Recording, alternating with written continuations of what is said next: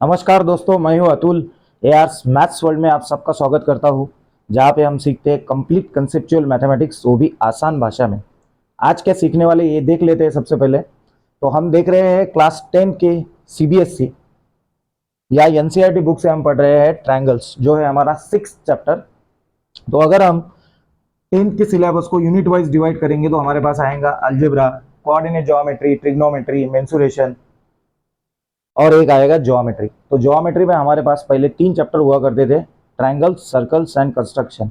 तो उसमें से कंस्ट्रक्शन हो गए डिलीट, तो हमारे पास बचे हैं 2 चैप्टर, ट्रायंगल्स एंड सर्कल्स। उसमें से हमने ट्रायंगल लिया है, तो आज ट्रायंगल के बारे में पहले जान लेते हैं। हम कहाँ तक है ये पहले देख लेते हैं। इसके पहले मैंने एक वीडियो डाला है जिसमें मैंने बताया है types of triangle, different types of triangle on the basis of sides, different types of triangle on the basis of angle. 2 अलग क्राइटेरिया के हिसाब से 6 type of triangle we are having, वो हमने देखा है। ये अब इस सीरीज में ट्रायंगल चैप्टर पे मेरा दूसरा वीडियो है, जिसमें हम देख रहे हैं कि before starting triangle we need some prerequisite. वो ट्रायंगल की थ्योरी चालू करने के पहले, उसके एग्जाम्पल सॉल्व करने के पहले और 10th स्टैंडर्ड का ट्रायंगल चालू करने के पहले कुछ चीज़ें हमारी क्लियर होनी चाहिए उसी में। तो आज ये क्लियर करेंगे सबसे पहले। तो हमें आज एक्चुअली हम 10th के सिलेबस में से नहीं ले रहे, उसके पहले वाला थोड़ा सा ले रहे हैं। तो उसमें आज हम देखने वाले हैं what is mean bye median, perpendicular and angle bisector. ये 3 चीजें हम सबसे पहले पढ़ेंगे, हर ट्रायंगल के हिसाब से हम देखेंगे। तो चलिए शुरुआत करते हैं इसमें कि सबसे पहले हम देखते हैं मीडियंस मतलब क्या है।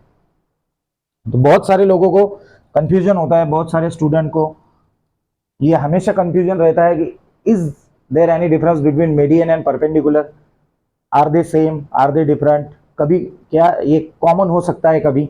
तो ये सब पॉइंट हम क्लियर करेंगे आज के दिन। तो मान लो हमारे पास एक ट्रायंगल लिया है, लेट्स हैव दिस ट्रायंगल। सो आपने अगर पहला वाला वीडियो देखा होगा तो उसमें मैंने बताया है types of triangle on the basis of angles. तो एंगल्स के हिसाब से ये ट्रायंगल जो है, ये लग रहा है हमको it is acute angle triangle, right. सारे एंगल्स एक्यूट है, तो मान लो कुछ उनका मेजर रहेगा लेस देन 90, ऑल 3 एंगल्स। तो हम पढ़ने जा रहे हैं what is mean bye median. तो बहुत सारे लोगों को कंफ्यूजन रहता है मीडियन और परपेंडिकुलर में, तो ये कंफ्यूजन कभी भी नहीं होना चाहिए, इसके लिए ये हम देख रहे हैं। तो मीडियन मतलब क्या होता है कि मान लो ये ट्रायंगल है, इसको नाम देते हैं कुछ पी क्यू आर। अब हमारे पास एक ट्रायंगल है पी क्यू आर, राइट। तो पी क्यू आर में 3 वर्टेक्स है हमारे पास, पी, एक है क्यू, एक है R. First, second and third, P Q R, 3 vertexes are there, right. तो 3 वर्टेक्स से 3 मीडियन हम निकाल सकते हैं। तो पहले मीडियन को डिफाइन करते हैं, क्या है मीडियन।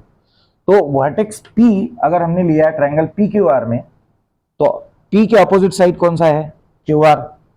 तो क्यू आर का मिड पॉइंट मान लो यहां पे है कुछ M1 से, this is M1, the mid point of side Q R.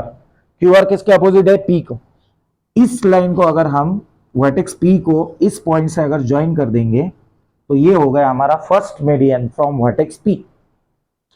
तो यहाँ पे हमको सीधा डेफिनेशन आ गई है किसकी, मीडियन की। मीडियन को हम कैसे क्या डिफाइन कर सकते हैं, a line joining, a line segment. क्या है ये लाइन सेगमेंट, कहां से कहां तक, P से लेकर M1 तक। तो P मतलब क्या है, vertex of a triangle. M1 मतलब क्या है, mid point of side QR। तो अगर ये मिड पॉइंट है तो यहाँ पे दिख रहा है क्या मिड पॉइंट, हमको दिखाना पड़ेगा कि हाँ ये है इसका मिड पॉइंट। अब क्या है इसमें, QM1 is equal to M1R। कैसे पता चला, क्योंकि यहाँ पे भी 2 मार्क है, यहाँ पे भी 2 मार्क है। तो मार्किंग सेम है, इसका मतलब इनका लेंथ भी सेम होना चाहिए। अगर ये लेंथ सेम है तो इसका मतलब मान लो ये होगा 10, समझो ये 10 है, 10 सेंटीमीटर है, तो ये कितना रहेगा 5 और ये रहेगा 5। So that is why M1 is a mid point of this. तो यहाँ पे पहला हमारे पास डेफिनेशन आया है कि a line segment joining the vertex of a triangle to the midpoint of the opposite side is called as median। तो एक ट्रायंगल में कितने मीडियन होंगे, तो ऑब्वियसली हमारे पास ये एक ही वर्टेक्स है क्या? हमारे पास 1, 2 और 3 वर्टेक्स है, तो 3 वर्टेक्स से 3 मीडियन निकलेंगे, राइट। बहुत सारे बच्चे यहाँ पे ऐसा सीधा परपेंडिकुलर का साइन बना देते हैं, लेकिन ऐसा नहीं होता है। Every median is not perpendicular. In some cases it may happen that a median is also perpendicular, but in this case median simply क्या है, एक ऐसी लाइन जो मिड पॉइंट को ऑपोजिट वर्टेक्स से ज्वाइन करती है, लाइन सेगमेंट। तो दूसरा वर्टेक्स लेते हैं Q, फिर इस लाइन का मान लो हमने पॉइंट लिया M2, ये इसका मिड पॉइंट हो गया, साइड PR का, और PR के अपोजिट वर्टेक्स है Q, तो यहां से एक लाइन हम ड्रॉ करेंगे और वो लाइन इस वर्टेक्स को ज्वाइन करेंगे, तो सेकंड हमको मिल गया, यहाँ पे median, that is QM2 is a median. तो पहला मीडियन हो गया PM1 is median from vertex P। दूसरा बन गया QM2 is second median from vertex Q। अब तीसरा वर्टेक्स है हमारे पास R, तो R से एक हम यहाँ पे और एक मीडियन निकालेंगे, तो ऑब्वियसली ये मिड पॉइंट होगा M3। तो यहाँ पे हमको दिखाना पड़ेगा, ये मान लो यहाँ पे 3 मार्क, यहाँ पे 3 मार्क, यहाँ पे भी 3 मार्क, यहाँ पे 1 मार्क देता हूँ और यहाँ पे 1 मार्क देता हूँ। इसका मतलब ये हुआ कि PM3 is equal to M3Q, PM2 is equal to M2R और QM1 is equal to M1R। कैसे पता चलेगा हमें ये? हम अगर देखेंगे यहाँ पे, तो मार्किंग यहाँ पे 3 मार्क है, यहाँ पे भी 3 मार्क है, यहाँ पे 1 है, यहाँ पे 1 है, यहाँ पे 2 है, यहाँ पे 2 है। तो इसीलिए मैंने ट्रायंगल की शुरुआत में कहा था, अगर आप देखोगे तभी आप सीखोगे। सही तरीके से देखना आना चाहिए मैथमेटिकली डायग्राम को, तो हम ज्योमेट्री इस यूनिट को बहुत ही आसान और बहुत ज़्यादा आसान कर सकते हैं। तो ये हुआ मीडियन के बारे में, तो क्लियर है। सो आई होप आपको समझ में आया होगा कि मीडियन मतलब क्या होता है। मीडियन मतलब लाइन ज्वाइनिंग अपोजिट वर्टेक्स। मान लो यहाँ पे R लिया, तो R हम M3 को ज्वाइन कर रहे हैं, तो यहाँ पे हमारे पास 3 मीडियन मिले। और एक चीज अगर आप देखेंगे तो तीनों मीडियन एक पॉइंट में यहाँ पे मीट हो रहे हैं, इंटरसेक्ट हो रहे हैं इनसाइड द ट्रायंगल। तीनों मीडियन इनसाइड द ट्रायंगल है और वहां पे वो तीनों एक पॉइंट पे मिल रहे हैं। उस पॉइंट को हमने कहा था, मान लो उसको G से डिनोट करते हैं जनरली, तो G को बोलते हैं सेंट्रोइड। तो यहाँ पे हमें कोऑर्डिनेट ज्योमेट्री में बहुत बार हमें यहाँ पे आपको सेंट्रोइड पे बेस्ट फॉर्मूलाज है, एक सेंट्रोइड फॉर्मूला, तो वहां पे पता ही नहीं होता है हमको what is mean by centroid.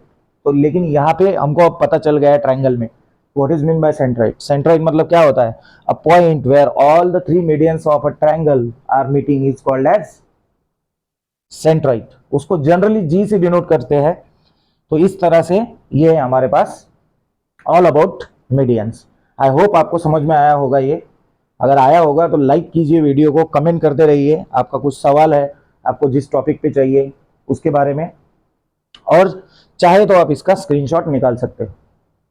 फिर आते हैं सेकंड, उसमें है हमारा मीडियन परपेंडिकुलर। देखते हैं अब what is mean by perpendicular.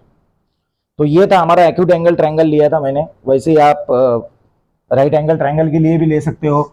Medians अलग अलग 3 मीडियन निकलेंगे हमारे, हर वर्टेक्स से एक मीडियन निकालेंगे, ये इक्वल होना चाहिए। यहाँ से एक जाएगा, फिर एक यहाँ से जाएगा, तो सारे ट्रायंगल्स के सारे मीडियन इनसाइड द ट्रायंगल ही लाई करेंगे। ये चीज हमको देखना है।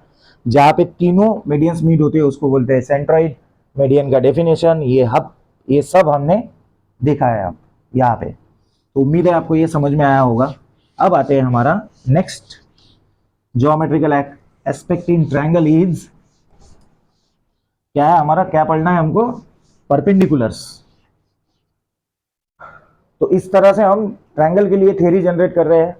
पहले वीडियो में मैंने बताया टाइप्स ऑफ ट्रायंगल, दूसरे वीडियो में मैं बता रहा हूँ medians, perpendiculars and angle bisector. तो अब आते हैं परपेंडिकुलर्स। सेकंड जो हमारे पास है वो है परपेंडिकुलर्स।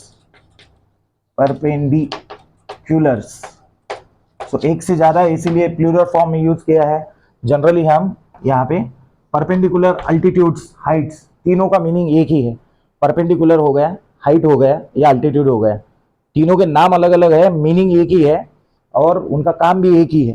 तो परपेंडिकुलर को कभी कोई बोलता है अल्टीट्यूड, कोई बोलता है हाइट, तो चलिए इसमें ट्रायंगल वाइज लेते हैं, दो दूसरा ट्रायंगल और यहाँ पे तीसरा लेंगे हम।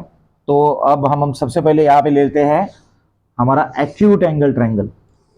Triangles on the basis of angles are divided into three types: acute, right and obtuse। उसमें से मैंने लिया acute। तो acute के लिए अब यहाँ पे क्या होता है, जैसे हमने मेडियन के लिए डिफाइन किया था कि line joining opposite vertex to the mid point. अब यहाँ पे ऐसा कुछ नहीं है। यहाँ पे परपेंडिकुलर का मतलब क्या हो गया कि यहाँ पे हम हमारा सेट स्क्वायर रखेंगे। सेट स्क्वायर मतलब जो ट्रायंगल शेप आपके ज्योमेट्री बॉक्स में एक इंस्ट्रूमेंट रहता है, that is called as set square. अगर वो यहाँ पे रखेंगे और यहाँ से एक सीधा 90 डिग्री में, मान लो कहीं भी आ सकता है लाइन, तो मान लो यहाँ पे ये अगर आ रहा है, अब this line is perpendicular to the this side. मान लो ये ट्रायंगल है हमारा ए बी सी और इसको नाम देते हैं AP1।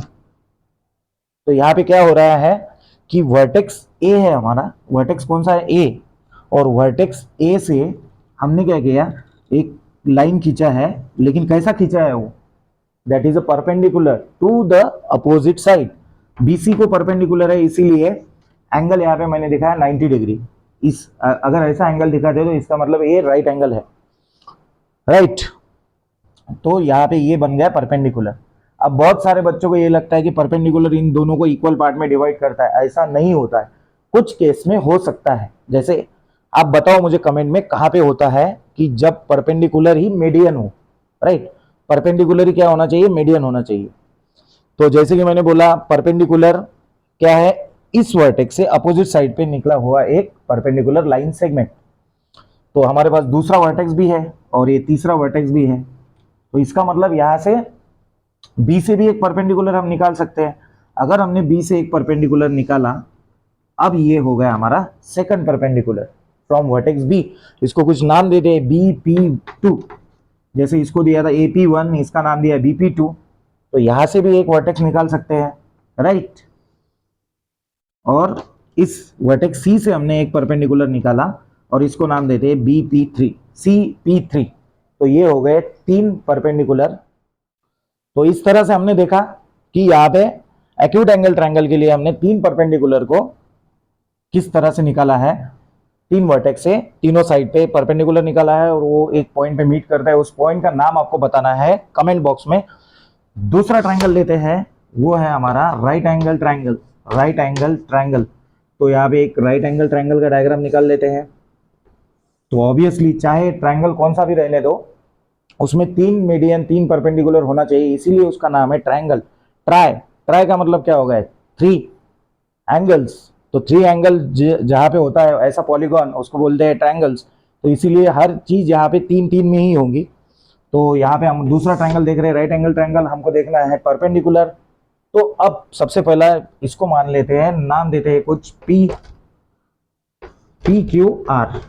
ये अगर हमारा नाम है, ट्रायंगल PQR है, तो वर्टेक्स है हमारा PQ और R, 3 वर्टेक्स है। तो वर्टेक्स P के लिए अपोजिट साइड कौन सा हो गया, QR। तो अब हमको क्या करना है, P वर्टेक्स से QR पे एक लाइन हमको ड्रॉ करना है। लेकिन अगर आप ध्यान से देखोगे, क्या हमें यहाँ पे परपेंडिकुलर निकालने की जरूरत है, there is no need of driving a perpendicular. Already PQ vertex P से निकला हुआ लाइन, लाइन मतलब side of this triangle PQ is perpendicular to QR। तो यही मतलब क्या हो गया, साइड QR के लिए वर्टेक्स P से ये लाइन ही मतलब क्या हो गया, एक परपेंडिकुलर हो गया। तो ये हो गया वर्टेक्स P से निकला हुआ परपेंडिकुलर, पहला परपेंडिकुलर। फिर दूसरा परपेंडिकुलर, अगर ये वर्टेक्स लेता हूं मैं R, तो R वर्टेक्स के लिए अपोजिट साइड कौन सी हो गई ट्रायंगल में, PQ। तो PQ इस लाइन पे हमको एक परपेंडिकुलर निकालना है वर्टेक्स R से, निकालने की जरूरत ही नहीं है, already RQ is perpendicular to PQ। तो वर्टेक्स R से हमने एक परपेंडिकुलर निकाला RQ, वर्टेक्स P से एक निकाला अपोजिट साइड QR पे, R से निकाला PQ, 2 हो गए।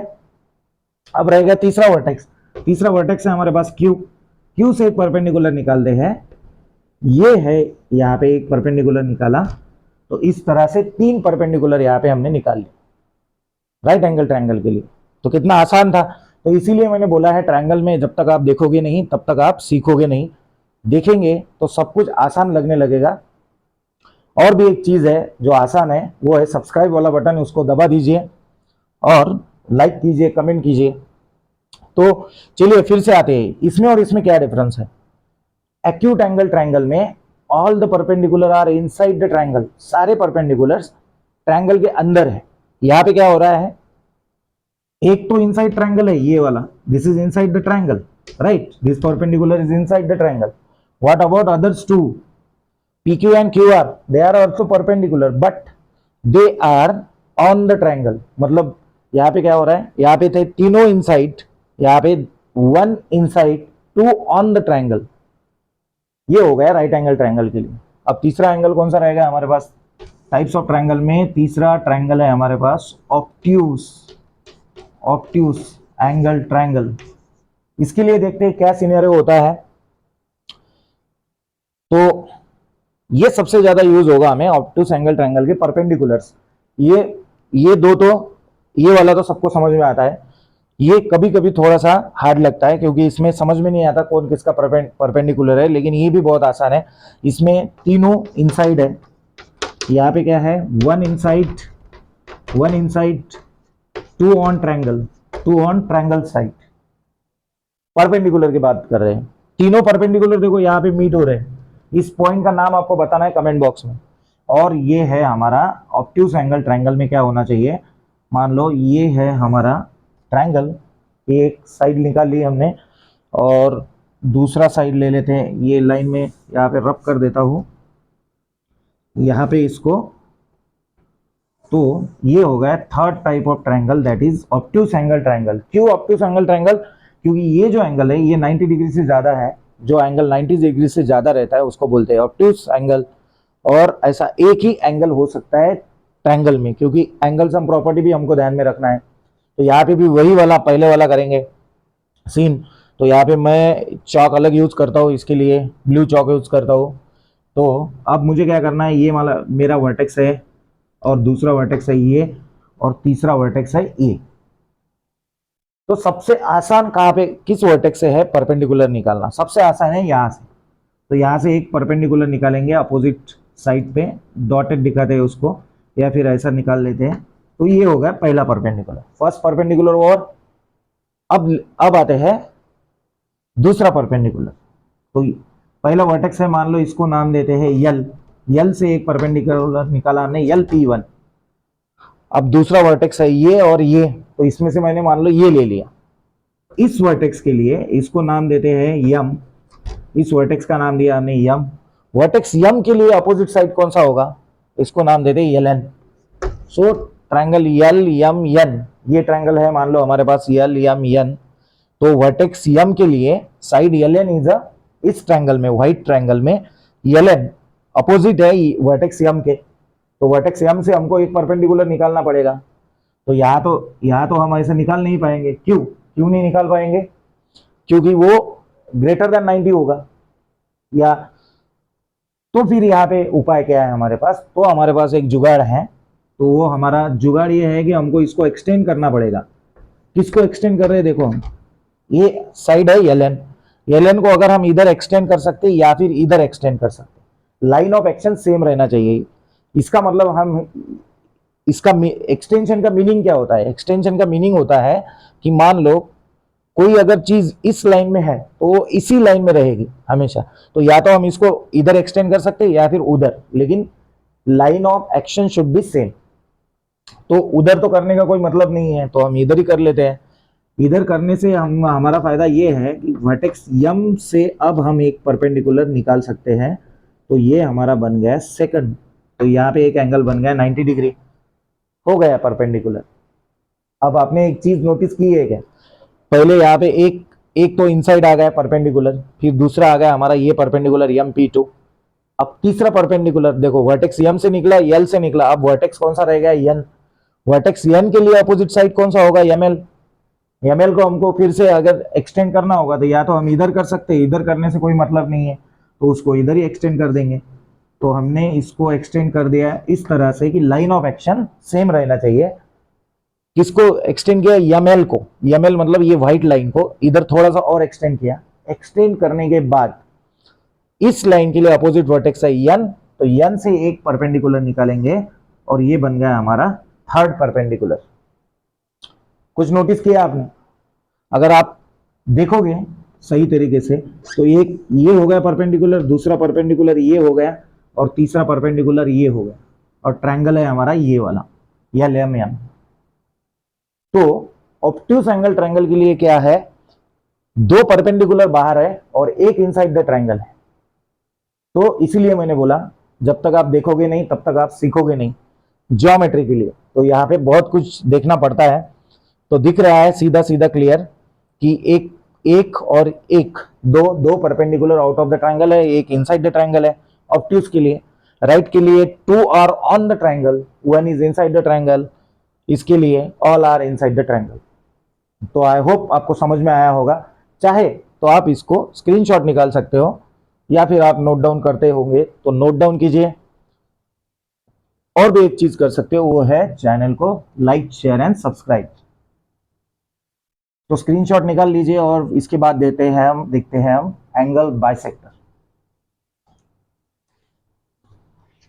तो ये था हमारा ऑल अबाउट परपेंडिकुलर्स। इसके पहले हमने देखी है मीडियन और अब हम देख रहे हैं एंगल बाइसेक्टर। एंगल बाइसेक्टर वैसे इजी होता है, एंगल बाइसेक्टर का नाम में ही है। जब भी मैथ्स में ये वर्ड आते हैं बाइसेक्ट, ट्राइसेक्ट, बाय का मतलब होता है दो, ट्राई का मतलब होता है तीन, क्वाड्रा का मतलब होता है चार, पेंटा मतलब पांच, hexa, septa, octa, nona, deca, like this हमारे पास सफिक्सेस है। तो उसमें से हमने ये लिया बाइसेक्टर। बाइसेक्टर सेक्शन वर्ड से बना सेक्टर, बाइसेक्टर टू सेक्शंस। लेकिन कैसे, कब बोलेंगे? इंटरसेक्ट, बाइसेक्ट, ट्राइसेक्ट में क्या फर्क है देखते हैं। मान लो यहाँ पे ये लाइन है से 12 का 12, ये है 12 सेंटीमीटर। 12 सेंटीमीटर को अगर मान लो मैंने टू इक्वल पार्ट्स में डिवाइड किया, दो इक्वल पार्ट में डिवाइड किया। मान लो एक लाइन है, एक लाइन इसको दो इक्वल पार्ट में डिवाइड कर रही है, तो ये पार्ट हो जाएगा 6 का, ये पार्ट हो जाएगा 6 का। तो इस लाइन को बोल सकते हैं हम बाइसेक्टर। बाय मतलब दो पार्ट कर रहे हैं और दोनों पार्ट कैसे? इक्वल। इस केस में क्या हो रहा है? इक्वल है दोनों पार्ट। ये व्हाइट लाइन इस ब्लू लाइन को क्या कर रही है? कट कर रही है, बट ऐसे कट कर रही है कि दोनों पार्ट इक्वल हो रहे हैं और दिख भी रहे हमको लगभग इक्वल है ये। तो ये इक्वल पार्ट है, इसीलिए इसको नाम दिया गया बाइसेक्टर। अब देखते हैं ट्राइसेक्टर। ट्राइसेक्टर में क्या होगा? मान लो ये एक व्हाइट लाइन है और एक यहाँ पे मान लो ये फिर से 12 सेंटीमीटर का है, ये 12 का है, और हम क्या कर रहे हैं यहाँ पे अब ट्राइसेक्ट करना है। ट्राइसेक्ट मतलब तीन इक्वल पार्ट्स होने चाहिए। तो 12 को अगर तीन इक्वल पार्ट में डिवाइड करेंगे तो हर एक पार्ट होना चाहिए 4, 4 और 4 का। तो यहाँ से एक हो गया 4 और दूसरा हो गया 4, तीसरा हो गया 4। तो ये जो दो लाइन है येलो कलर में जो हमको दिख रही है वर्टिकल लाइंस, ये क्या है? हमारे ट्राइसेक्टर। व्हाइट लाइन को तीन इक्वल पार्ट में डिवाइड कर रहे हैं। जो व्हाइट लाइन 12 का था उसको हम डिवाइड कर रहे हैं 4, 4, 4 में, तो इसको बोलते हैं ट्राइसेक्टर। अब मान लो कोई लाइन है ऐसा और उसको एक अनदर लाइन ऐसा कर रही है और कुछ भी नहीं हो रहा है।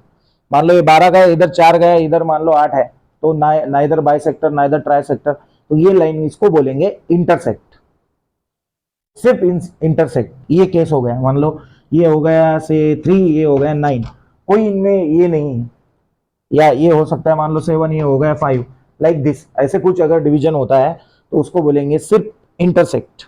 इसको बोलेंगे बाइसेक्ट टू पार्ट्स इक्वली, मतलब line intersecting such that it is dividing the line another line into two equal parts. यहाँ पे two lines are dividing intersecting a white line in a such way that there are three equal parts.